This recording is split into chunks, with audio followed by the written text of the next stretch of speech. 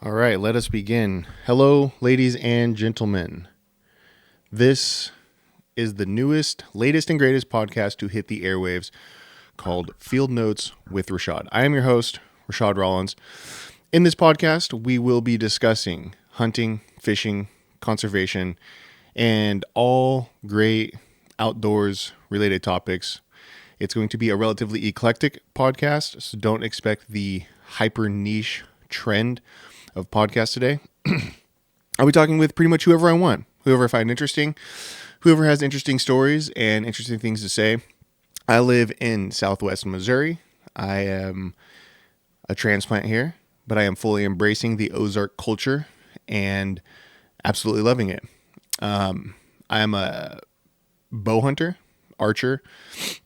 We are just coming off our bow hunting season for Missouri white-tailed deer. And then I spend a good amount of time hunting ducks as well. And these are all different things that we could end up talking about. I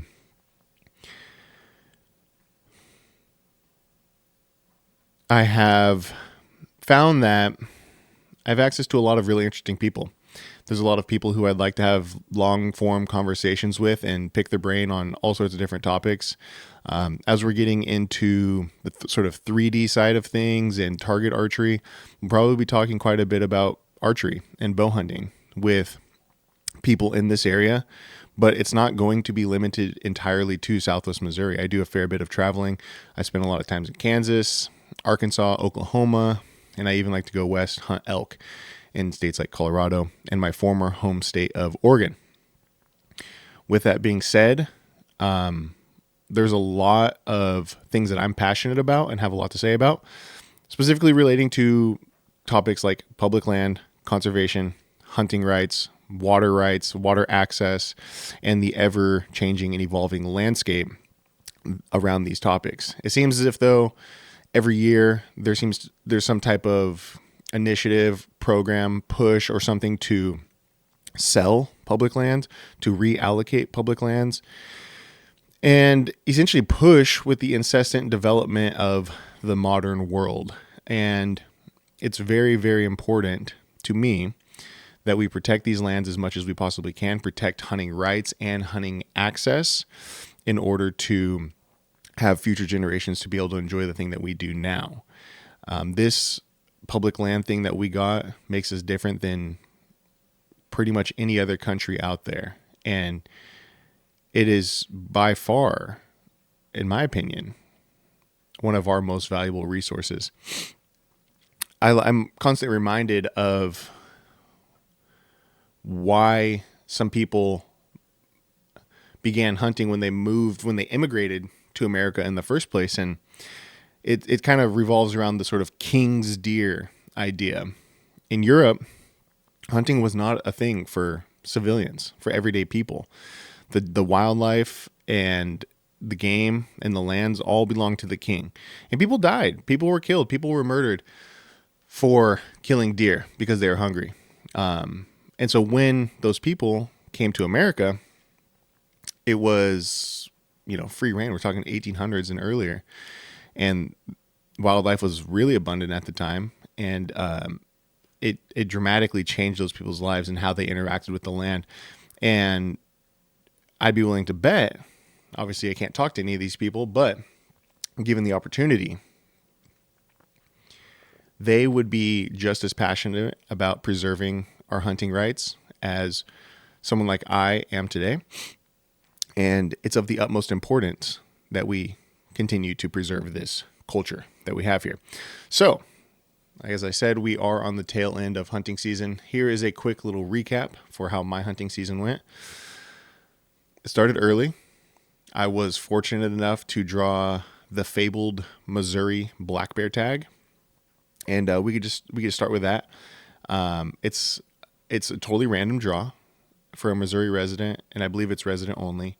It costs about $20 to apply, so it's good money for MDC, the Missouri Department of Conservation, just for playing the lottery essentially.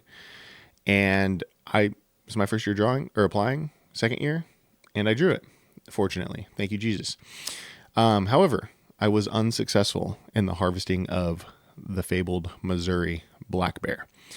So the season is October 18th to October 31st, which unfortunately for me is the busiest time of year for work. So I think I hunted a total of 5 days for black bear during that time.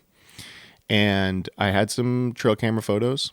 I was primarily hunting in the Mark Twain National Forest. If you're a Missouri resident, you know that place fairly well. And I had some decent bears, some definitely quality Missouri bears on camera, but they are very difficult to hunt the way that I wanted to. I would say the majority of people who draw this tag are going to hire a outfitter on private land, hunt them over bait, or hire a guide to do pretty much the same thing. For me personally, I have no interest in hunting bears in that fashion. Nothing against the people who do hunt it like that. For me, I want to hunt them, slip hunt them with a bow in national forest. And if that means I have to eat a tag this year, so be it. Hopefully, I'll continue to keep applying for the Missouri black bear and the Missouri elk season. Both very difficult tags to get.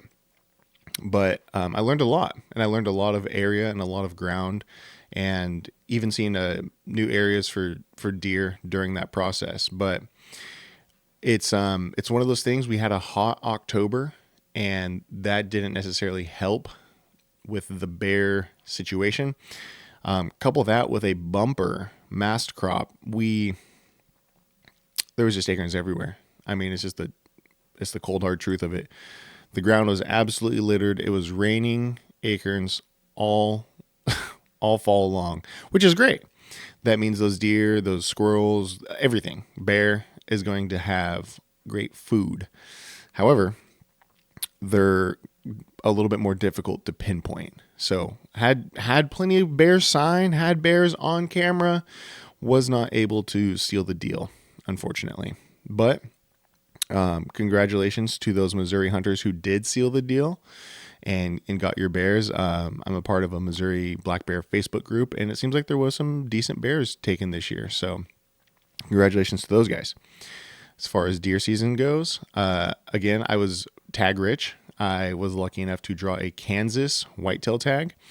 Again, a highly sought after tag. I had an archery tag, bow hunted it. And, I'm going to do a totally different podcast about this idea in the future, but there's all sorts of different levels to whitetail hunting. It really is, a choose your own adventure type of situation. For me personally, I like to hunt mountain whitetails with a bow early to pre-rut. And then if I can't seal the deal, then we hunt hard throughout the rut. But that first week or two of pre-rut into early rut is my favorite time to chase mountain whitetails. But as you may know, there's not many mountains in Kansas. So I settled for the flatland, which is what Kansas primarily is, close to the Missouri line. I employed a couple different techniques that we're going to talk about and one that we're not. But as you guys may know, Kansas has a lot of corn, and those deer get big. They're big-bodied deer. There's no question about it. The deer that I took was, before I field dressed him, all of 225 to 250 pounds.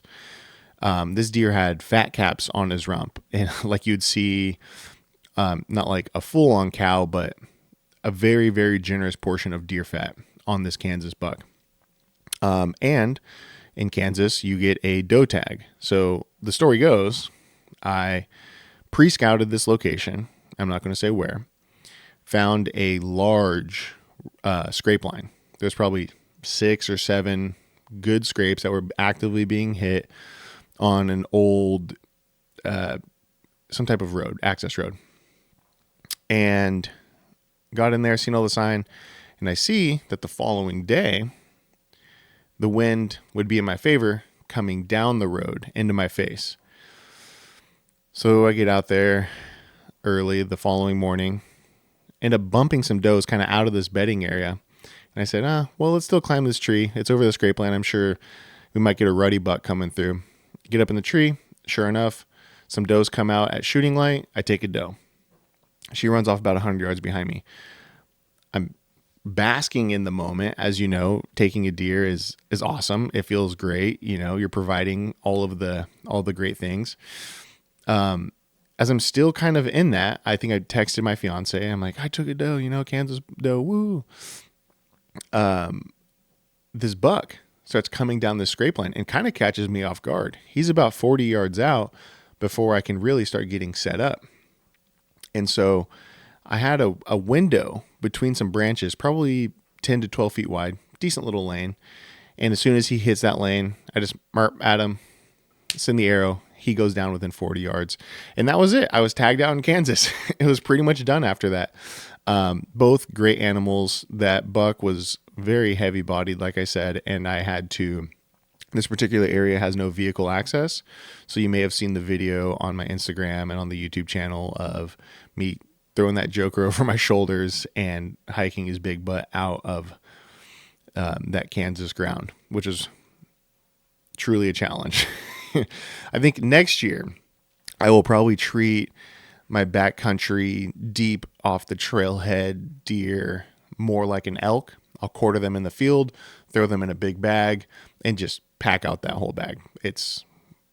I should have done that. I didn't have my backpack with me. So, but I think moving forward, that's going to be the primary way of transporting big deer out of no vehicle access areas. So then I had, you know, as a Missouri resident, you get two deer tags in which I spent a decent amount of time in the woods chasing mountain bucks, but I had one large buck on camera and I had kind of seen him all year long in the Mark Twain National Forest. And it was a very respectable buck, tall and wide, 8-point, very tall brow tines. I don't like scoring deer on trail camera, but maybe 130, somewhere in the 130 to 140, which would be my biggest buck to date. So I was kind of holding out for that deer and just didn't really get a lot of opportunities. Before rifle season, I probably hunted 5-6 days. And then during rifle season, I didn't hunt.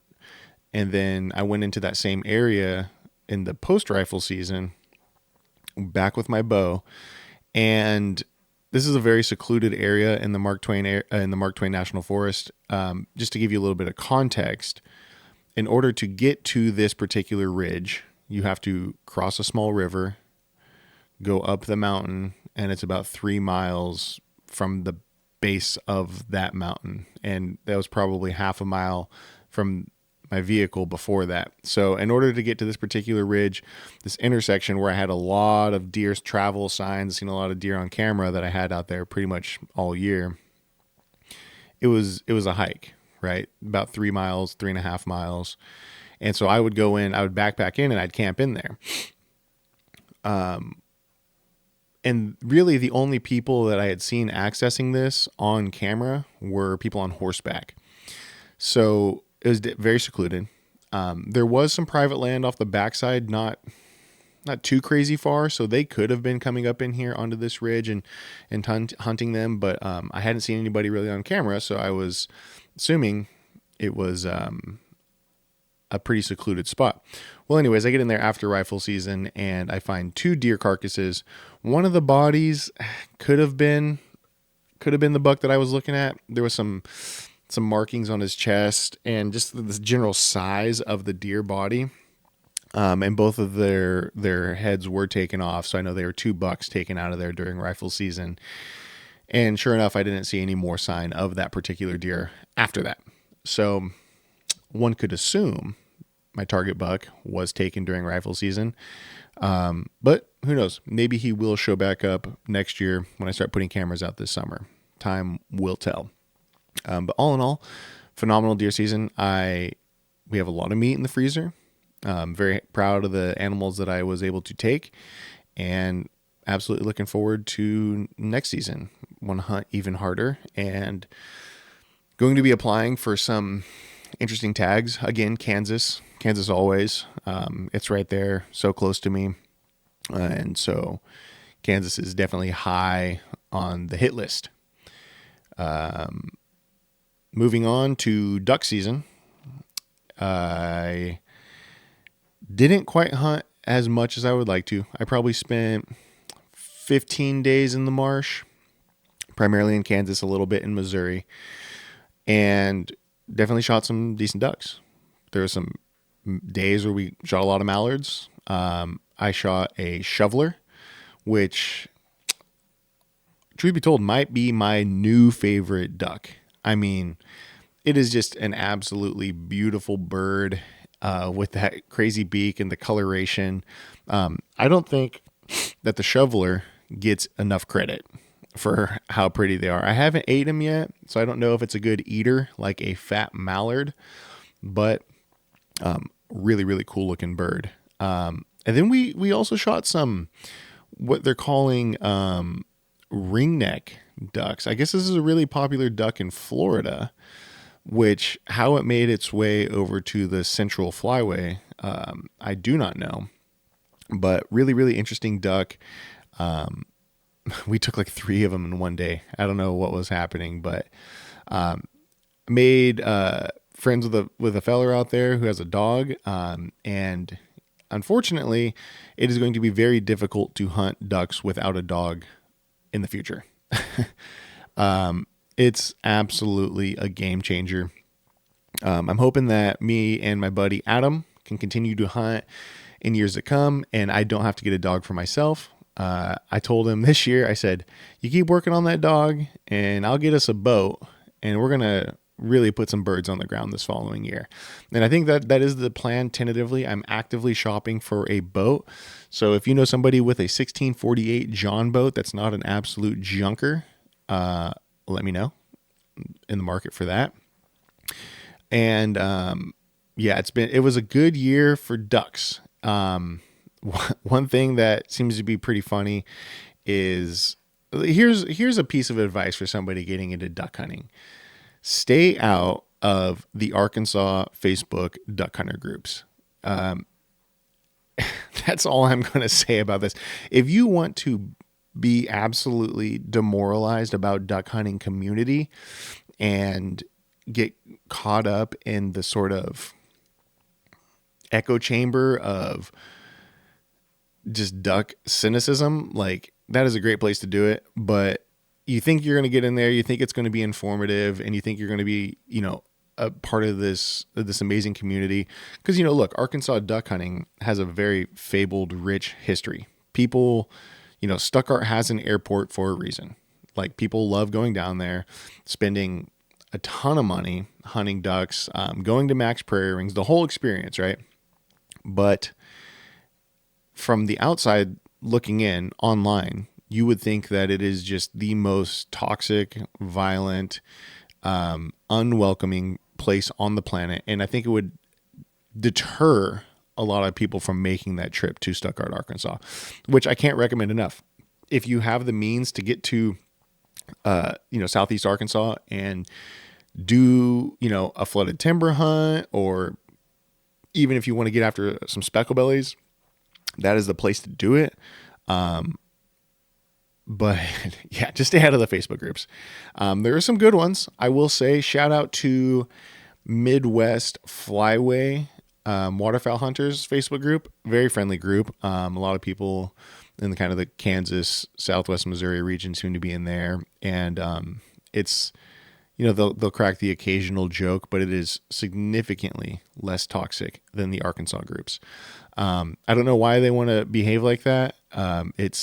It kind of gives them a bad rap, but and here's the thing about Arkansas duck hunting, it is crazy, right? Like the boat races and the holes, and it's just like, it's a real deal. I mean, but to me, it's so Arkansas, right? Like, I feel like it would be losing some of its magic if they took away the boat races and took away and, went, and those people will tell you, we need to get rid of the out-of-staters and they need to pay all this extra money and this, that, and the third. And I have a feeling that they would very much miss it if it was taken away. So It is definitely a whole thing. It's super interesting and fascinating. And next year I'll probably go down there again and do a little bit more of it. But I've been really enjoying hunting in Kansas and Missouri. Great ducks. It's not a 5-hour drive. But yeah, that was essentially duck season. All in all, I'm pretty happy with how it turned out. Got some ducks in the freezer. We still have a month or so, maybe a little less than that. Yeah, about a month to hunt geese in Kansas. So plan on doing a little bit of geese hunting here to kind of wrap up the season, try and get a few more birds on the ground. But yeah, that was kind of mostly it.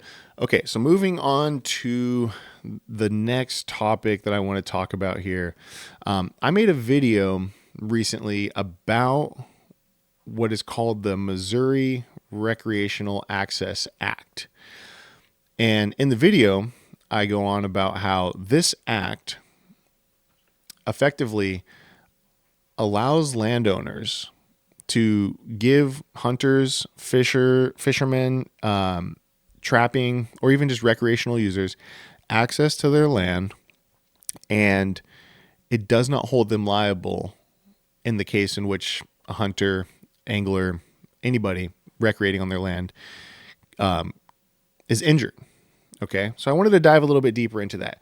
This is the official deal here is the official statute is 537-355. And here's how it goes. Private property permission by owner to hunt, fish, and recreate. Limitation on privilege. Okay, so it says here, an owner of land which either directly or indirectly invites or permits without charge any person to use such property for hunting or fishing purposes or other recreational purpose include, but not limited to, any aircraft or ultralight vehicle activity does not thereby. So it's saying if you are a landowner and you are not charging money to allow people to hunt, fish, or recreate, these following statutes do not apply. Okay. So you do not confer upon such person the legal status of an invitee or licensee and owes to such person only the duty of care as is owed to a trespass under the law. Okay. Secondly, does not thereby, without the failure to exercise just ordinary care. So this is where you can't intentionally make it dangerous for a hunter. Okay. But they got to put it in there. So you do not thereby assume responsibility for or incur liability for any injury to persons or property caused by an act or omission of such persons while hunting or fishing or engaging in other recreational activities. So again, the landowner does not assume responsibility or liability for injury to persons or property. So if somebody breaks their leg or they break their side-by-side, the landowner is not responsible under 537-355. Furthermore, does not thereby assume responsibility for or incur liability for any injury to person or property wherever such person or property are located, caused while hunting or fishing or engaging in other recreational activities. So that's kind of a little bit redundant here. But so like I said in the video, you can now use this as a tool to get access to more private land. You can go knock on doors. You see a flock of turkeys out in that field, go talk to old Grandma Winfred and say, ma'am, I'd love to hunt your property. I'm a responsible hunter. And I just want to let you know there was a law passed in Missouri that doesn't hold you liable in case anything happens. And you could have this printed out, ready to go. 537.355. So I think it's our responsibility as hunters who are actively seeking more ground to hunt on to inform one another. The reason I'm extrapolating on this is because I've had a ton of people who've seen that video come up to me and say, I didn't even know that was a thing.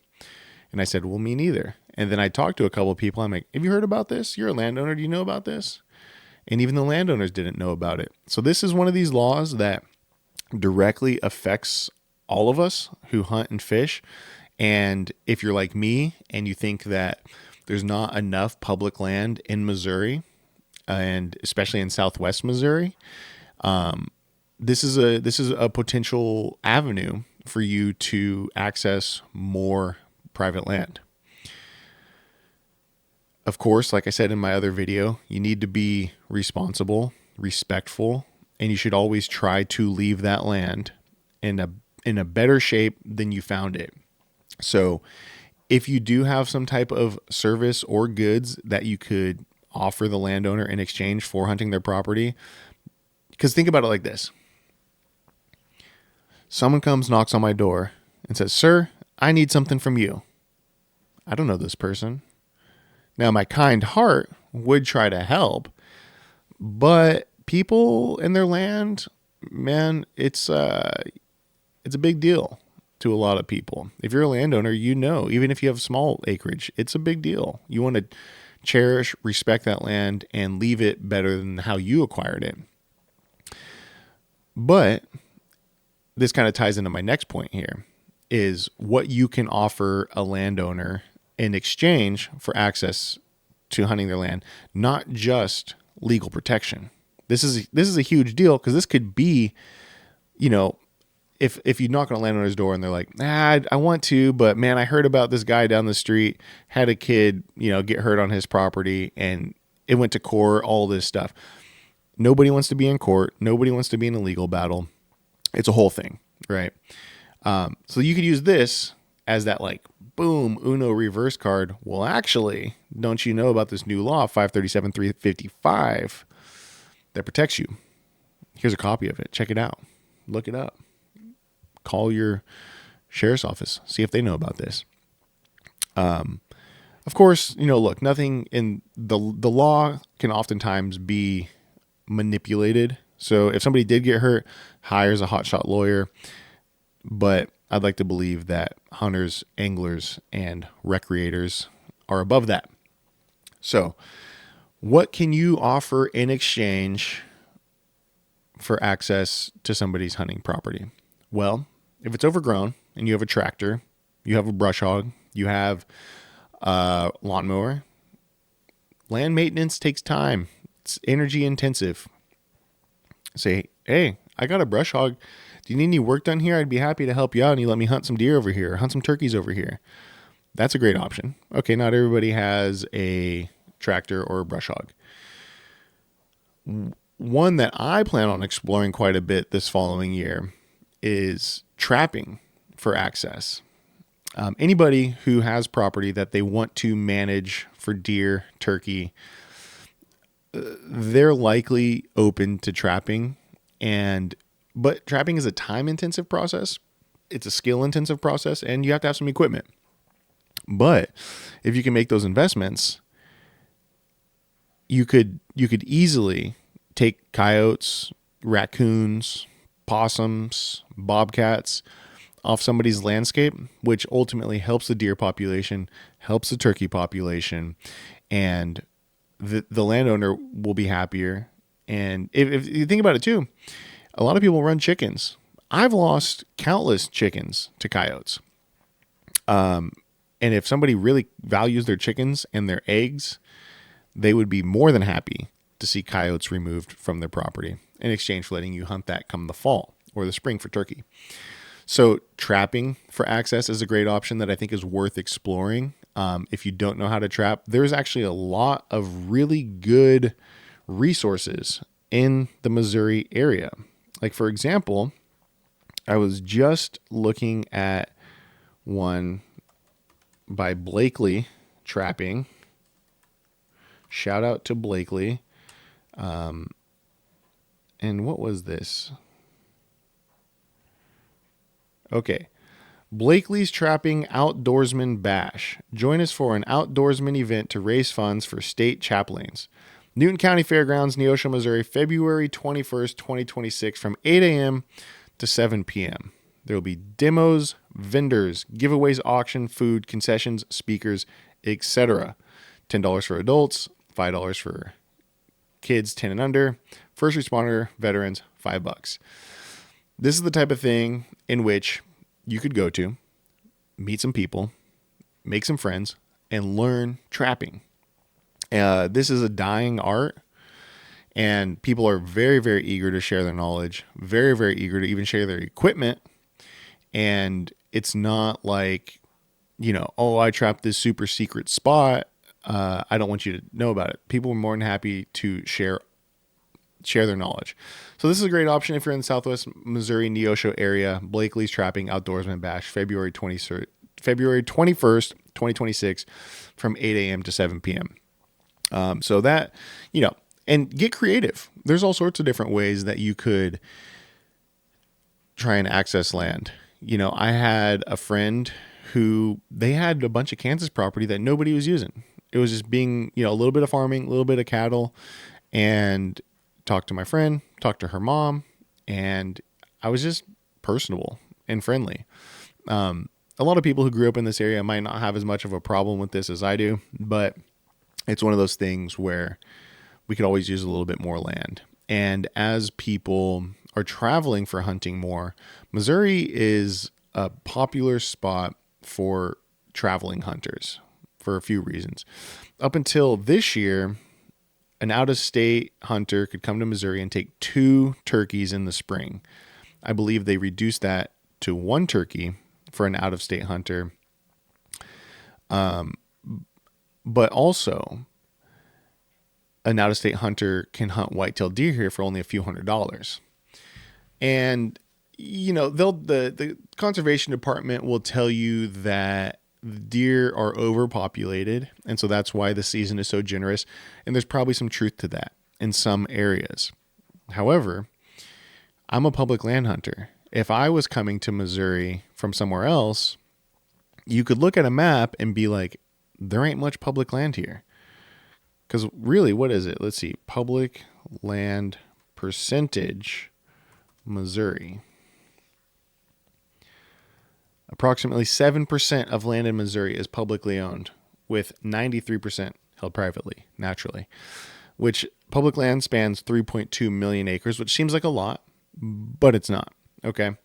There's some states that have tracts of 3.2 million acres, and we can't necessarily blame Missouri for being this way because it was an early state to be inhabited by people before conservation was really big, before public land, all the stuff that Theodore Roosevelt did. So it's not necessarily Missouri's fault, but we could be doing more to create more public land. And this is what I would like to see from the Missouri Department of Conservation personally. In the future, I do plan on having conversations with some people who know the true inner workings, the nitty gritty of what I'm talking about here. But these rumors and these things get kind of kicked around. People will tell you that the Missouri Department of Conservation has $1 billion in reserve that's not being spent, or they have all this money and it's being offloaded for this and it's offloaded for that. These are rumors to the best of my understanding, and I believe it's got to be much more nuanced than that. Because Missouri has a really unique situation in which 1/10 of a cent of our sales tax, so every pack of gum you buy at the store, there is a 1/10 of 1 cent tax that goes to conservation in the state of Missouri, and it has created a tremendous pile of money for the state. And a lot of people, especially in this Southwest Missouri area, will say that our conservation grounds aren't being managed enough. We're not getting, food plots into certain areas, and this particular ground used to be really great, and now there's not any big deer there. And you do kind of run into this problem where in the area that I live in, Southwest Missouri, there's a handful of conservation areas that are popular, but a lot of people surround them. A lot of people who don't hunt private could be surrounding them, and it sucks everybody in to that area. And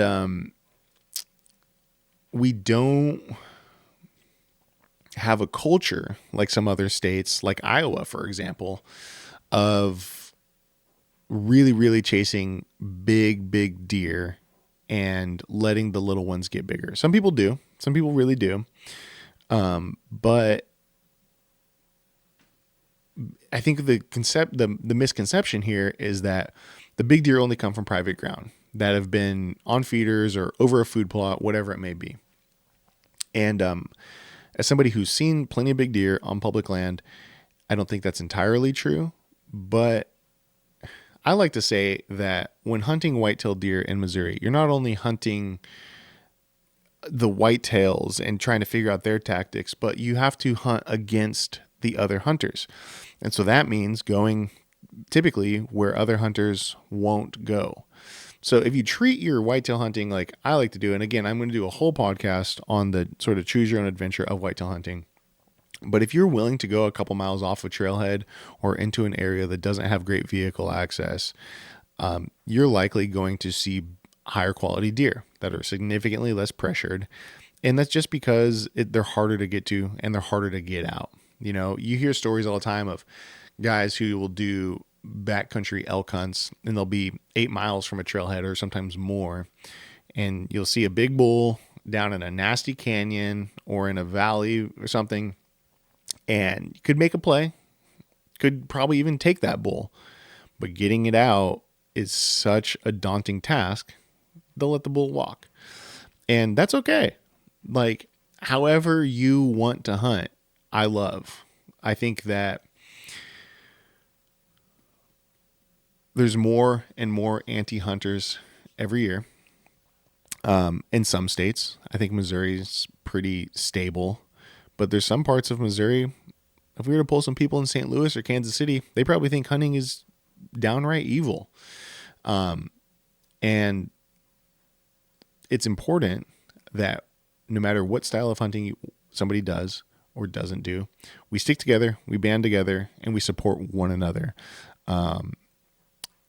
This is something they do say that hunter numbers are decreasing annually. And I've seen some independent reports that have collected that data, utilized our artificial intelligence to really get an accurate count on hunter numbers. And even with spikes like we've seen in COVID, hunter numbers are still decreasing. Okay. And it's of the utmost importance that we protect this tradition because, as we know, in this country, when you lose a right or an access or a quote unquote privilege, it typically doesn't come back. And hunting, trapping could be that type of thing. Which brings me to my next point. This is a new initiative. Well, it's not a new initiative. It is a initiative in the state of Oregon, my former home state, that has once again reemerged. This is being called IP28, and it is currently just a petition. It has a significant amount of signatures, according to OregonHunters.org, which is a former organization I was a part of, OHA, shout out. And this is essentially what it says. IP28, which I heard recently has 87,000 signatures of the required 117,000 to get on a ballot. So this isn't necessarily a bill that's going into place or anything. It's just a petition. About 90,000 signatures as of December. So this is about a month ago. And they need to get enough signatures by early July 26 in order to get on the ballot. What IP28 is, on the surface, is essentially a vegan bill. It would criminalize hunting, fishing, trapping, farming, ranching, and wildlife management. It seeks to change animal abuse statutes to criminalize hunting, fishing, trapping, killing animals for food, education and research with animals, wildlife management practices, and even trapping mice or vermin. Essentially saying the killing of any animal is illegal in the state of Oregon. I've heard that some of the proponents of this bill believe that the Oregon infrastructure and transportation is strong enough and reliable enough that the creating of food in their own state is unnecessary. While I think that perspective lacks nuance and a lot of truth, I'm reminded of the barren shelves of Oregon snowstorms and how so rapidly grocery stores were depleted. This kind of ties into a much bigger issue of preparedness and self-sufficiency, but in the case of emergency, food is not always readily available.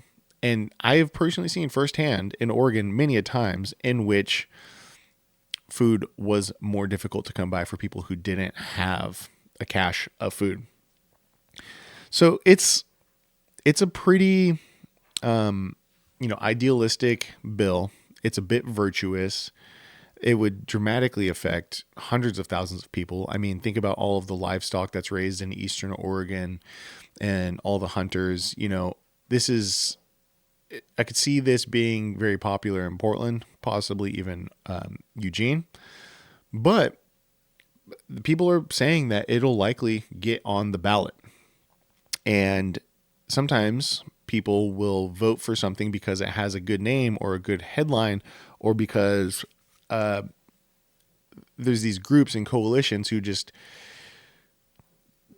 decide collectively on what they're going to vote on. And so to my Oregon friends, family, if you see an IP28 petition, if you value hunting or fishing or eating beef that was raised locally, you're going to want to vote against this. But I think that this brings up a much larger, important point that we, the people, are capable of making ballot initiatives. This is a relatively grassroots organization. It has a long history. This dates back to 2022 when it was first introduced. 2023 again, 2024, 2025. They're going for it. It's been 4 or 5 years. And it's important to remember that we have the capability to create change in our states, in our governments, by standing up for things that we believe in and rallying our troops and making it happen. Even if it's something as ridiculous and far-fetched as this here. I think that this is an absolutely ridiculous petition, but it's gotten almost 90,000 people to sign it. So they clearly have the language figured out in which yeah, so it's something to watch out for. But so moving on, what do I got coming up here? I am going to be in Springfield February 17th for a BHA Missouri meeting. It's actually in Nixa at, I got it here on my phone. Give me 1 second. It's going to be called Public Lands Pint Night, 4x4 Brewing Company in Nixa, Missouri. This is by BHA Missouri, Backcountry Hunters and Anglers. I'm really excited. This is going to be my first one. I connected with one of the Missouri board members, and I'm going to be there. So if you're seeing this video and you want to be involved in the public land debate, in the public land space, the community, this is going to be a great place to start. It's going to be my first one. I'm really excited about it. Furthermore, 3D season is encroaching fast. I want to give a big shout out to Cherokee Bow Hunters Association out of Neosho, Missouri. If you have shot 3D at Fort Crowder in Neosho, it is likely adjacent to Cherokee Bow Hunters in some way or the other. And two of my friends have recently stepped into big roles, John and John. One is the secretary and treasurer. The other is the vice president. They're making some changes over there and trying to do some really, really good things. And it's a fun shoot. I will say it is a really fun shoot, and it's a great community. So if you are in the Neosho area and you want to shoot some 3D targets, Cherokee Boat Hunters Association is one to follow. These are ASA qualifiers. Also, the Eagle Outdoors Neosho will simultaneously also be hosting some shoots this year. Both great organizations, both really fun shoots. Pretty much a lot of overlap in the same community because we're all, they're all bow hunters in the Neosho area, but it's not uncommon to see people travel from Joplin, Springfield, Monette, wherever you may be in the general Southwest Missouri area. These are things that are definitely worth checking out. What else we got? Lot of target archery stuff happening. I'm still new to it, so I'm not going to really speak on it too much. I may be having a javelina, South Texas javelina hunt coming up next month, and I'll definitely keep you guys posted on that. But yeah, so look, this is my first podcast. I'm figuring it out, but I have a lot of interesting people I want to interview, and it's going to be really fun to kind of explore this world and sit down with people, talk on different topics. I'm going to continue to discuss bills and things that affect public land and our access to that public land in the future. So if you don't care about public land and you are, a Mike Lee supporter of Utah and think that all of our public land should be sold and developed, maybe this isn't the podcast for you. But if you value keeping public lands public, like it seems like the majority of Americans do, this is, something that I'm passionate about, and I'll continue to interview people and talk about it and raise awareness. Like I said, living in the Ozarks, it's an absolutely beautiful country. We're going to be creating more hunting films this year in this general area.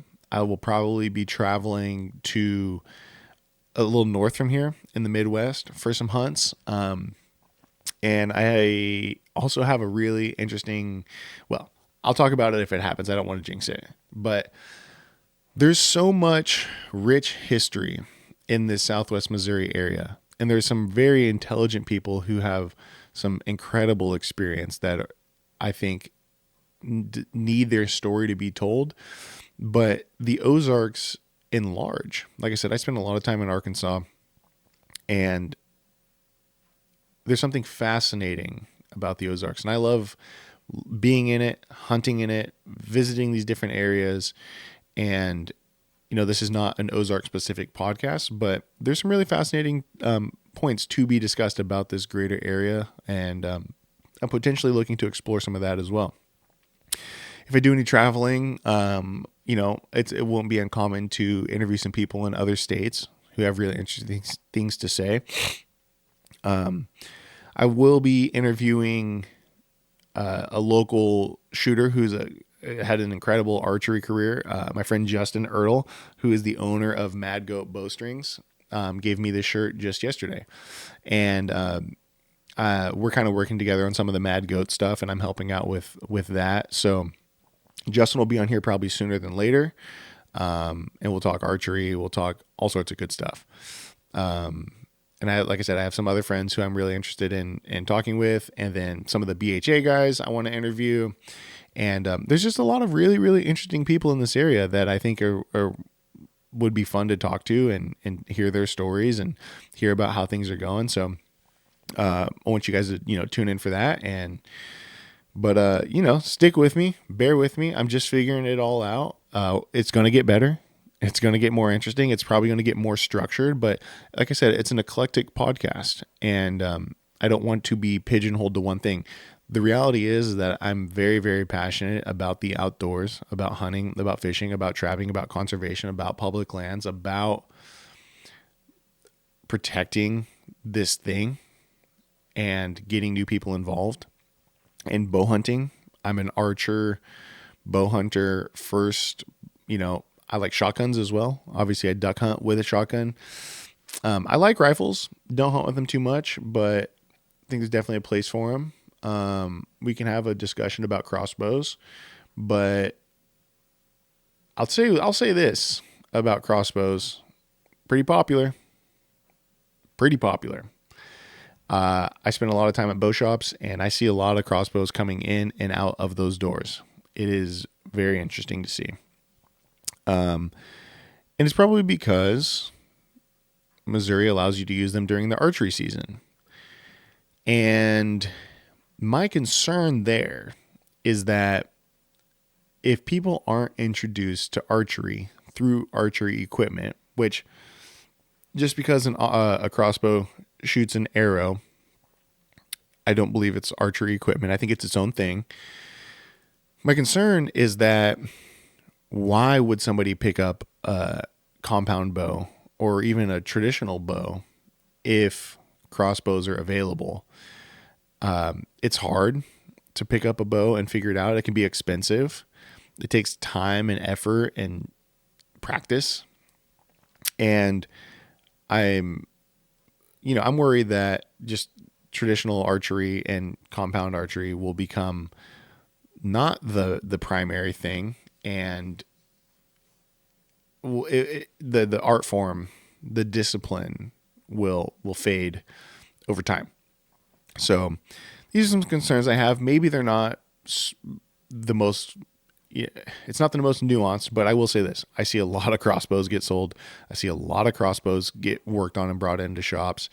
And there's still a strong community of people shooting, compound vertical bows, if you want to call them that.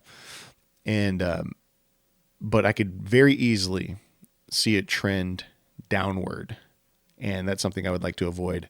And I would like to see people continue to learn how to shoot a compound bow well, effectively, because, we're ultimately talking about effective ranges, right? If a rifle, depending on where you are, out west, some people say 400 yards is an ethical shot. Here, it might be a couple hundred, out in a field or something like that. Guys with a crossbow will probably, 100 yards effective range easily. You could definitely be very lethal at 100 yards with a crossbow still. And your compound bow, your average shooter is probably lethal and confident up to 40 yards max.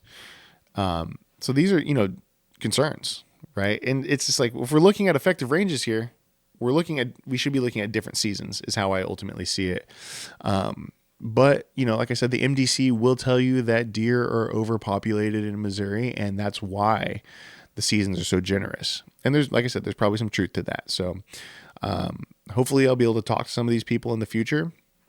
But yeah, that's all I really got for you guys today. Thank you so much for watching this first episode. It's a little rugged. It's a little loose, but I'm going to keep working on it, and it's been fun. So this podcast is called Field Notes with Rashad. I'm Rashad. I'll see you guys on the next one. Peace.